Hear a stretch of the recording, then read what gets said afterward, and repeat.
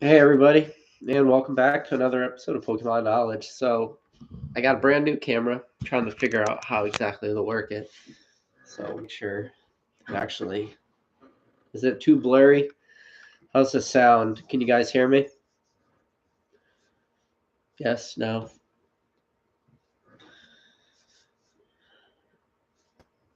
Uh yeah, thumbs up in the chat if you guys could hear me. Yes, no. All right. I got nobody saying they could hear me in the chat. Let's see. You guys have any sound in the chat or no? All right, good. So today's video, I just kind of want to just talk about like a couple little topics that didn't really make it for a good video. Uh, the first topic I was thinking about was, did you guys check out like PWCC recently? The ending of the Pokemon listing auctions. I had a couple cards up for sale. I didn't have any, big hitter cards, but I had a couple cards that they really went low. I would say almost every single auction went way below what anybody was expecting. I know there was a couple big hitters, like one of the Team Rockets, the Torchic, the Gold Star went for like 50 grand, but I don't even know if that was really a true representation of the bid in action or not. But I had a couple CGC cards up at PWCC, and man, when I tell you CGC cards took a beating, it was a bloodbath. I had two cards. I had a bunch of cards, but I had two cards. One was a CGC 8.5, just real basic, unlimited Nine Tails from base set at an 8.5 CGC. And I had a PSA unlimited Nine Tails, PSA 8. So we had an 8 and an 8.5, and the 8 sold for like a pretty drastic amount more than the 8.5. So it's really just showing one, like, no matter what people say about CGC, and especially at the higher end, because I would like to think that a lot of the people bid in for those PWCC auctions have PWCC accounts. They either have a vault account or they've, you know, put cards to auction themselves. So maybe they're on like a little bit more on the higher end. I would say in the past, anybody buying on eBay, forget about it. Like anybody could buy from PWCC, but now because you had to go on the website and it wasn't like super easy to navigate either, you would have to really like search for the card. So you would have to have a card in mind, type it into the search bar, and then find it. Or you could search by like character name or maybe set name. But it wasn't an easy thing to do at all. It was actually like pretty frustrating, especially to find cards. And yeah, it was a different experience. It was something I wish I held back a little bit, some of the cards, because I definitely took a beating a little bit on a lot of the cards I sold. But I'm curious what you guys, if you guys bought any cards, because there were some great deals if you were buying, or if you guys sold any cards. But yeah, so that's just one little thing I want to talk about. But kind of just to talk about that too is a lot of that like auction really shed light on CGC again. I know on this channel I do kind of beat up on CGC a little bit just because of turnaround times and stuff, but it's really, really hard to ignore the fact that CGC cards are just selling for drastically less than all PSA cards.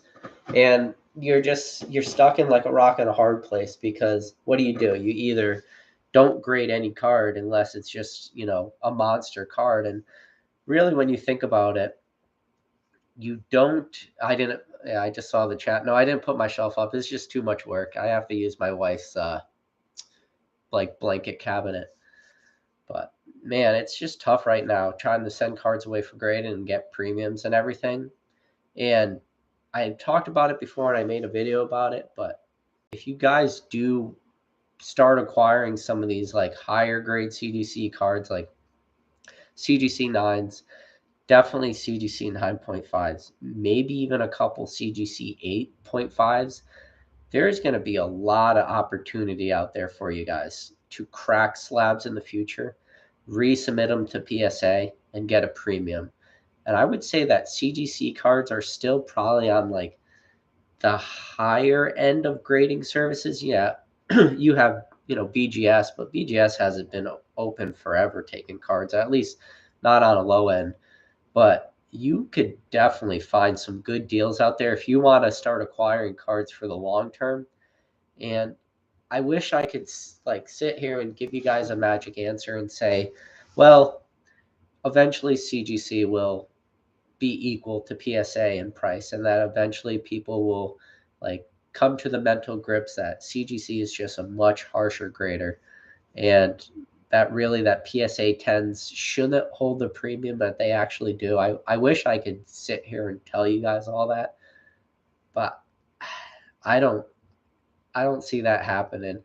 I think PWCC auction was really like, when I say the definitive answer for the higher end, because I do believe that everyone in this hobby eventually will get to the higher end, whether it's a week from now, a month from now, or a year from now. As long as people stick with the hobby, they're going to want to just, have their collections get to the highest possible end they can. And right now, as we stand in the hobby, the highest end to get your collection to is really just like a PSA master set, or to have whatever chase cards you're looking for in a PSA 10. And realistically, ever creating master sets of like CGC pristines 10s and then perfect 10s, just forget about it. That's just an absolute pipe dream that will never happen. But it is an interesting time in the market right now. And another thing that I want to talk about, just like a real small topic, is modern product. And I talked about it in other videos, that I thought that in the future we wouldn't talk about sets. We would talk about products in sets, or, you know, like single pack blisters or ETBs that had good promos or whatever. And I thought that that was going to be true, like going a little bit more into the future. I was not expecting it to see it as fast as we're seeing it. And the reason why I say I wasn't expecting it as fast as we're seeing it, because the Celebration Ultra Premium Collection Box, the prices we're seeing for that right now is crazy. And I always try telling people, like, sit back, don't pay over MSRP. But it would be so hard to fight some of these people. And I think that that product right there represents what I mean by, in the future, people are going to talk about products, they're not going to talk about sets. And do I see a point in the future where like ultra premium collections prices will crash real hard? If you can pick it up at MSRP, which a lot of people have. uh I mean, there's people in the chat right now that were able to pick up ultra premium collection boxes at 119. I know Chevals is that how you say your name, Chevals? uh he's in Canada. I know he picked his up at Pokemon Center Canada, which, if you guys don't know, the Pokemon Canada release for Pokemon Center for those Celebration Ultra Premium collections was way different than we saw in America. They actually were available, meaning you could go out, pick up those uh, Ultra Premium collections, and actually get them into your shopping cart and check it out. It was not like that here. It was absolutely crazy. But, so when I talk about products that will be investable potentially in the long term, like that is one of those. And when you look at like the Charizard and the Pikachu metal cards, like, well, first of all, there's always been like proxy metal cards, Charizards and Pikachus, that people would always buy for like 20, 25, $30. You would sell them, occasionally sell on eBay, but the quality of those metal cards are nothing like we saw in the Celebration Ultra Premium Collection. And I know CGC is already starting to grade those. Who knows if PSA starts to accept them? I think it's a very realistic thing that they will accept them in the future. So if those are the last metal cards we ever see, which I find pretty highly unlikely, that those are the only metal cards we ever see, but I could see like a long-term collectability of those, and not even including the actual packs in it. It's 17 celebration packs plus however many, just normal packs you get. Plus you got the two gold cards, you got the Pikachu and the Pokeball. Like, it's a good product. It like goes against everything I tell you guys, like, but it's going to be different too, where ultra premium collections, we don't usually see them roll out in waves. This is going to be a lot different. They're going to roll out in waves, and hopefully, we say hopefully a lot in this hobby, but I hope Pokemon actually like listens to a lot of the people out there and takes a lot of people's advice and prints this stuff as much as they can. And I know maybe logistically with the metal cards, maybe it might be a little bit harder, but man, I hope they flood this enough where people could really start to get their hands on it. Now, do I ever see the floor of this product being, back to MSRP 119? Do I ever see it dropping below MSRP? No, probably not. I think it's pretty unlikely. But so that was another thing I want to talk about.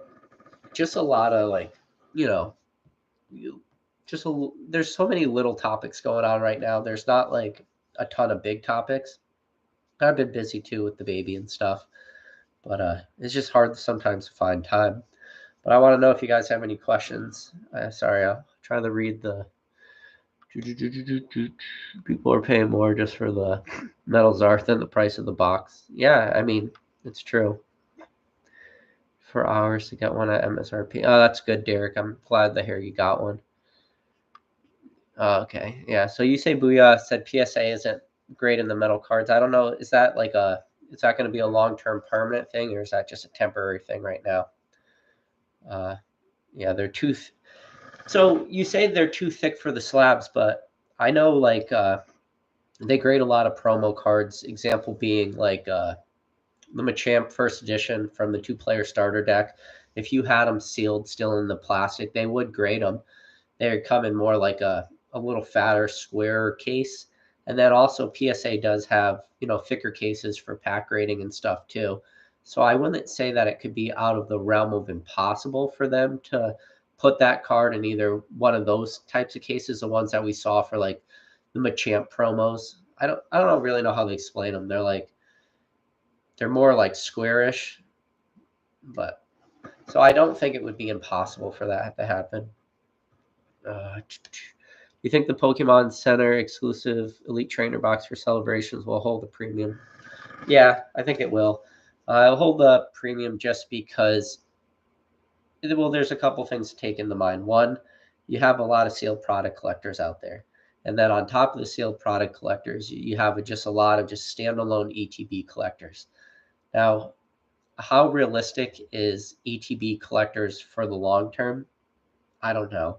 There's really a lot of ETBs out there, and ETBs as a whole are just not super easy to display, take up a lot of room. You think about just one case of 10 ETBs. So, yeah, you don't have to go after a case of each one, but even to have one ETB of each set is hard to display. But with that said, there's a lot of people out there that just collect ETBs in general. So they are going to want to go after that Pokemon Center ETB. Now, Pokemon Center ETBs is also one of those random things where North America is actually getting pretty lucky. And you got to keep in mind, there's a lot of English Pokemon collectors out there. Just like there's a lot of Japanese collectors throughout the world, there's also a lot of English collectors. Australia being a big market, Europe being a big market.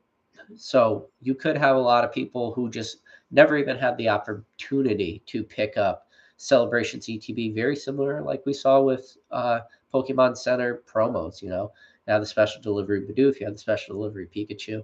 You have people out there that just want these cards as part of their collections or want these very specialized products like the Pokemon Center ETB. So I think that those are going to be your strongest, returning investments. And I talk about this in another video, but the problem with say a regular Celebrations ETB, you got to keep in mind that even if you pick up that Celebrations ETB at MSRP, in the future, there's always going to be people out there who had relationships with distributors. And when they had relationships with distributors, they got those ETBs at whatever their cost was. So you already have to compete with all those guys that are going to sit and hold like just a regular Celebrations ETB, and their price points are going to be way less than yours at $49.99. Now, this is the thing about Pokemon Center ETBs, is that lowest price anyone will ever be able to buy it at is the $49.99 or the $59.99 or whatever Pokemon Center is charging, because there's nobody out there that has distributor agreements with Pokemon Center. So they just can't get that price point lower. So it's the only time you can really, really compete, meaning the price you pay off Pokemon Center, if you got that ETB, is the lowest price that literally anyone can buy that ETB at. It just changes the game so much versus you picking up a regular ETB, like I said, at MSRP, and then trying to compete with somebody with distributor agreements. It levels the playing field. So that one thing alone is gonna, I think it's like a huge opportunity for a lot of people. That's why I really like Pokemon Center exclusives. Uh, we saw it first with Chill and Rain, and then Evolving Skies, and then now we're seeing it with Celebrations. But the real weird thing, and it's kind of like a funny question thing, maybe we could still see in the future, is why do we never see another reprint? Like, yeah, we get it. Like the Chill and Rain ETBs had the issue where there's only the 8 packs in it and it wasn't the 10. But why did we never see like another reprint of that? There was never like the actual non-error ETB, if you want to call it that. You never saw like a Pokemon Center Chill and Rain 10-pack ETB. And people talked about it. Oh, well, you'll be able to weigh that one in the future, but we just never saw multiple waves of it. So that's pretty interesting too. So if we only see single waves of these Pokemon Center exclusives ETBs, which I don't find likely, but I've already been wrong now with Evolving Skies not having a reprint of those and Chill and Rain, that it's definitely possible. So it could just end up being much scarcer than people think. I was able to pick up 4 of the Pokemon Center exclusive ETBs because that was the limit, and they shipped them to me in a sealed, like a Pokemon Center box with the stop tape on and everything. So my plan was to keep one, have one, and then potentially sell 1 or 2. But now I have a box of 4 sealed and I just can't bring myself to open it. So this is that problem of being a Pokemon collector and an investor. Like sometimes you get hit with a curveball and you weren't ready for it. I wasn't ready for it to come in a sealed case. So, but to answer your question in a very long-worded answer, yes, I do believe Pokemon Center ETBs are a good investment. Let's see what we're doing. Let's see. Hey, I got a PSA 10 Neo Unlimited Slow King and had $10,000 offer on it. Do you think I should sell or hold? So, what is the pop of that? I know that Slow King was one of Gem Mint Pokemon's like very last cards he picked up. I want to say he has like, I think he's still looking for maybe like an Ampharos and something else. What is he looking for? I know he's getting pretty close to completing his like Master Wizard of the Coast Hollow set in all different variants. I don't remember what he paid for his Slow King. If you're curious though, I would really reach out to him, because when it comes to cards like that are very low pop, very high demand by a very small subset of collectors, you're going to need to do your best to reach out to the people that want that card and the people you think you can get the highest price.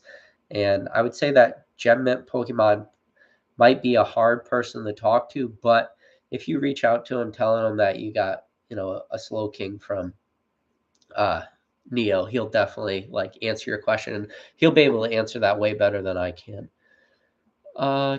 Depends if you could use the month. People are paying a premium for. Sorry guys, I'm just trying to read the chat, catch back up. Yeah, bots are ruining it for Pokemon. Yeah, bots are tough right now. If you guys have been, it's something newer to the hobby, and when I say newer, I'm talking about like between the last year and the last 18 months.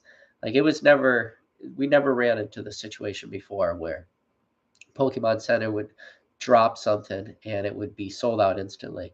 Yeah, end of 2020, finding product on Pokemon Center was very tough, but we never had to fight the bots the way we're doing now.